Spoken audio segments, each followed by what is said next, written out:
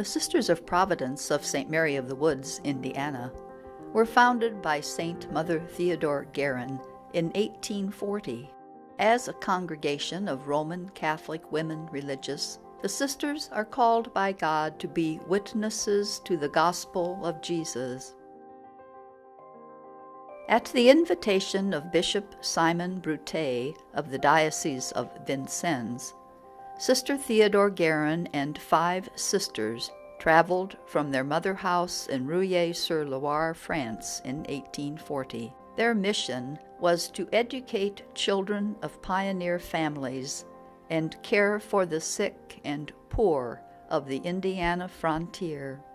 Mother Theodore and the women who soon joined her established over a dozen schools in Indiana and Illinois, as well as 2 orphanages and 2 pharmacies where medicine was dispensed free to the poor.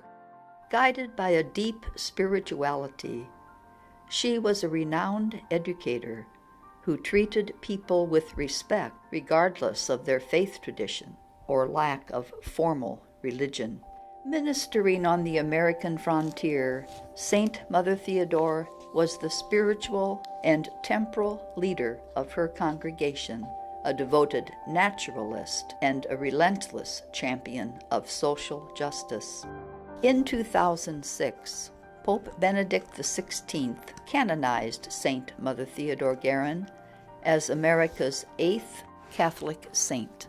The Sisters of Providence have continued her legacy, eventually expanding their ministry throughout the United States, the District of Columbia, and briefly in Latin America. They were the first American women's congregation to found a mission in China, which continues today in ministries in Taiwan. Also today, the Sisters of Providence focus on issues such as adult literacy, racism, poverty, violence, and sustainability. More than 5,200 women have entered the order since 1840. What Mother Theodore began continues to honor divine providence and to further God's loving plans through works of love, mercy, and justice in service among God's people. Sisters of Providence, their Providence associates, and ministry partners collaborate with others to create a more just and hope-filled world through prayer, education, service, and advocacy. Sisters of Providence respond to the needs of the times both individually and corporately. As individuals, sisters reflect with the leadership of the community about how best to use their gifts and talents to bring God's loving care, God's providence to those in greatest need. Because religious life is focused on community, the Sisters of Providence also seek to discern what they might do together to make the greatest impact on society. Sponsorship of ministries is a particular way the congregation exerts its influence for good. The stories that follow showcase 5 institutions and ministries that the Sisters of Providence sponsor.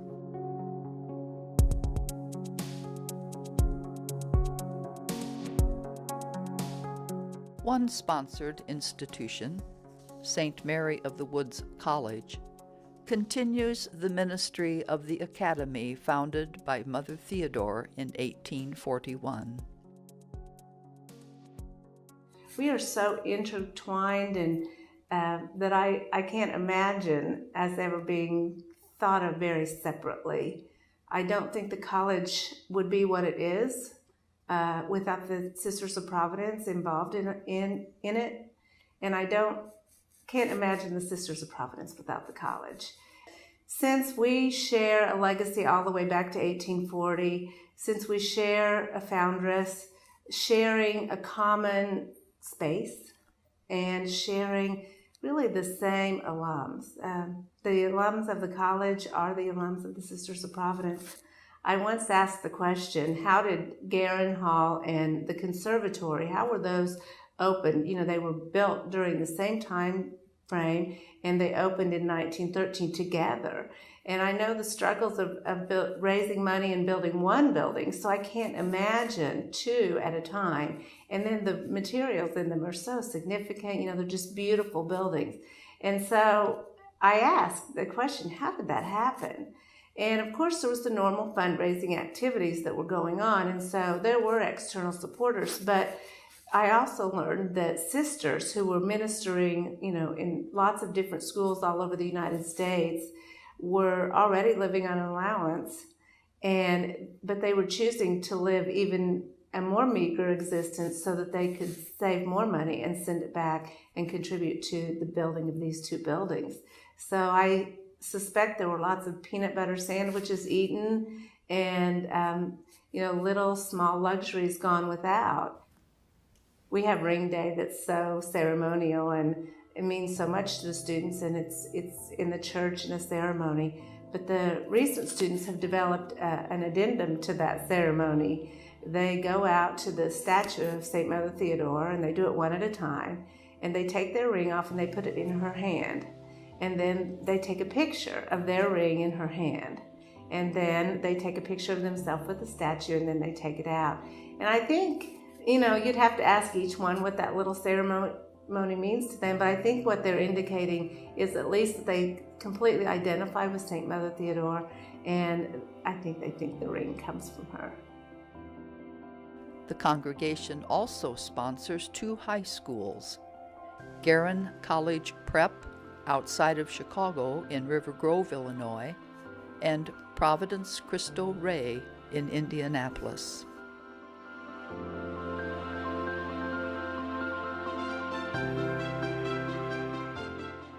I've always been very attracted to a lot of what the sisters are doing, simply because I know their great love for social justice in the world, and that speaks very much to me. I believe strongly that as a follower of Christ, we are to try to work with God and with each other to make the world God's realm on earth as much as possible, and I definitely see that with the sisters.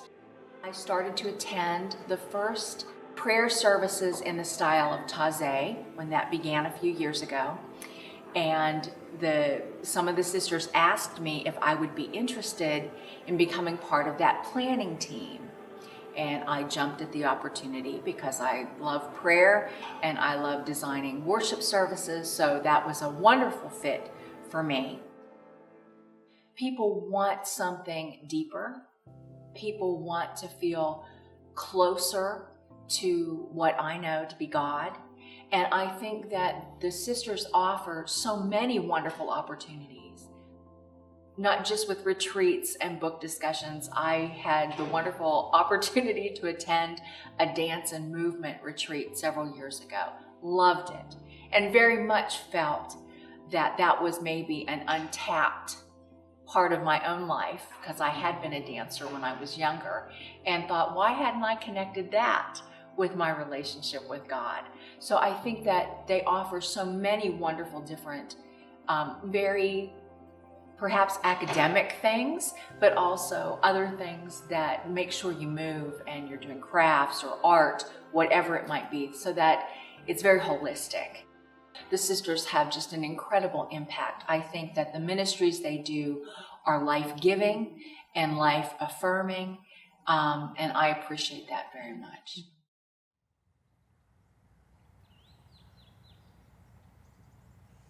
Another sponsored ministry located at St. Mary of the Woods is White Violet Center for Eco-Justice.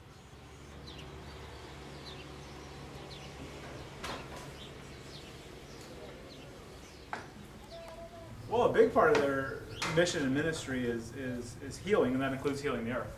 And so we're doing that by actually working here sustainably, working with animals that are gentle on the land, doing organic farming, but also from an education standpoint. We educate other people in the community. We've educated our friends because we had much more normal lives before I was in banking. She was in preschool. So our friends are watching us with a lot of interest. Like, they really are doing some different but interesting stuff. They're really curious about what we're doing. So we can tell them why we're doing this. and why the sisters do this, more importantly, why they sponsor this ministry, why they have earmarked so much of their land for this. And then we just get to teach them about love, too, and how we've been kind of welcomed in open-armed by all these beautiful ladies who do all these beautiful things. And it doesn't matter whether, we're Catholic, not Catholic, what religion we are, whether we're married, whether we're single. We've seen them welcome us in. We see them welcome other interns in. And it's just a great opportunity to show love, but to also teach love for people and for the earth. So it's an important piece, I think. But the whole thing is such a great learning experience, and you're just surrounded by so much kindness. And you know about things that you're going to learn, but there's so much wealth of knowledge that you're going to get that you had no idea that was going to be a part of the internship. I mean, it's incredible. From Candace and her knowledge of plants and beneficial bacteria, good insects, bad insects, sustainable farming methods. David, who's been doing farming since he was a kid. Went to grad school in Louisiana, so he knows everything from cows to gators.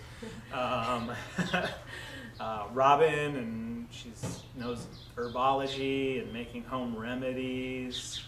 Tracy, who has such a wealth of knowledge about the alpacas and has basically been around for, I think, 13 years.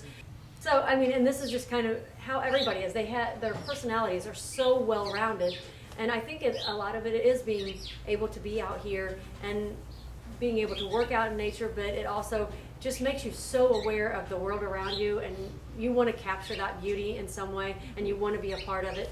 And so, yeah, it's so inspiring just to be around them on a day-to-day basis. Yeah, they're great educators and definitely a reflection of their environment. No doubt about it. The Sisters of Providence, along with a coalition of Catholic congregations of religious, also advocates for justice through Eighth Day Center for Justice in Chicago, a critical alternative voice to oppressive systems.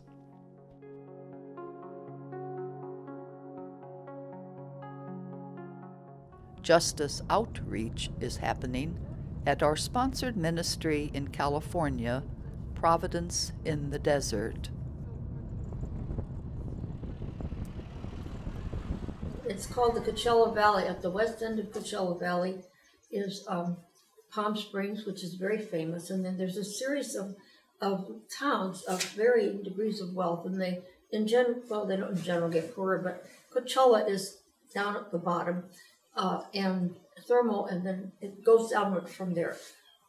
There are lots of people who live there, immigrants, who don't speak English. They work in the fields. There's a lot of agriculture down there, and it's difficult for them to go someplace because they're very isolated. And so we decided we would go to them and find them and give them an opportunity to learn English.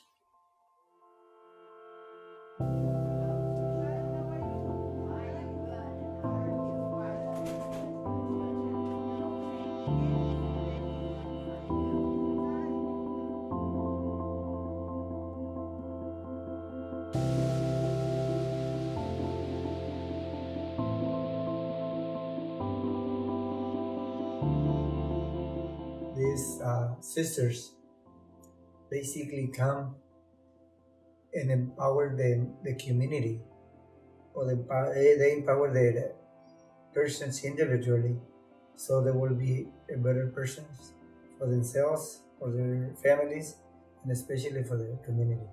Opportunities for growth that the Sisters of Providence have given are just phenomenal, just phenomenal.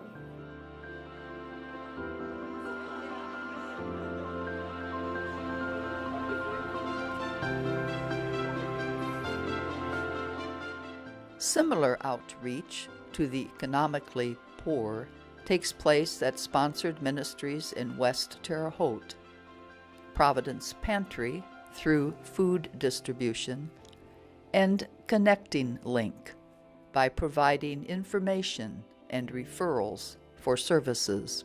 In the West Humboldt Park community of Chicago, Providence Family Services serves families through bilingual counseling, after-school tutoring, and English as a second language classes.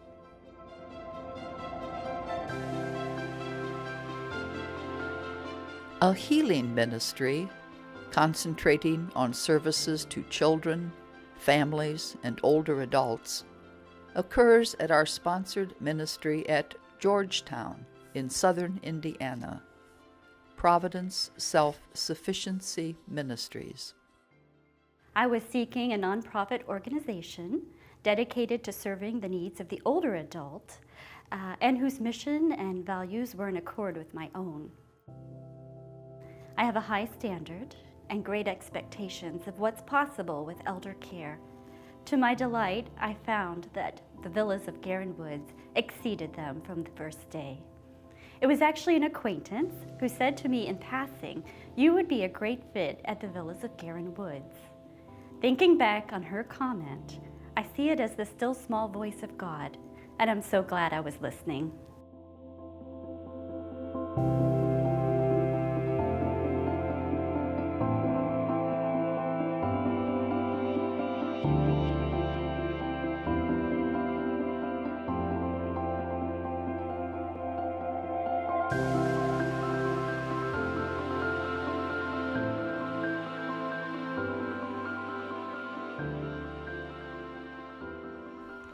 Providence Healthcare at St. Mary of the Woods, another Sister of Providence sponsored institution, oversees the operations of 2 healthcare facilities, both open to the public.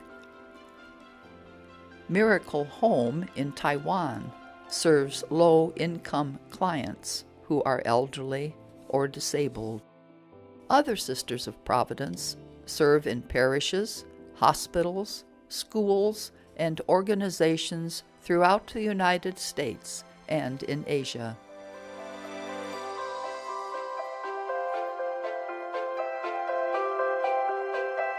No matter our time in history, it could not be clearer. Sisters of Providence come together as vowed women and join together with others to honor the divine, to make Providence known, to be love, mercy, and justice in this world.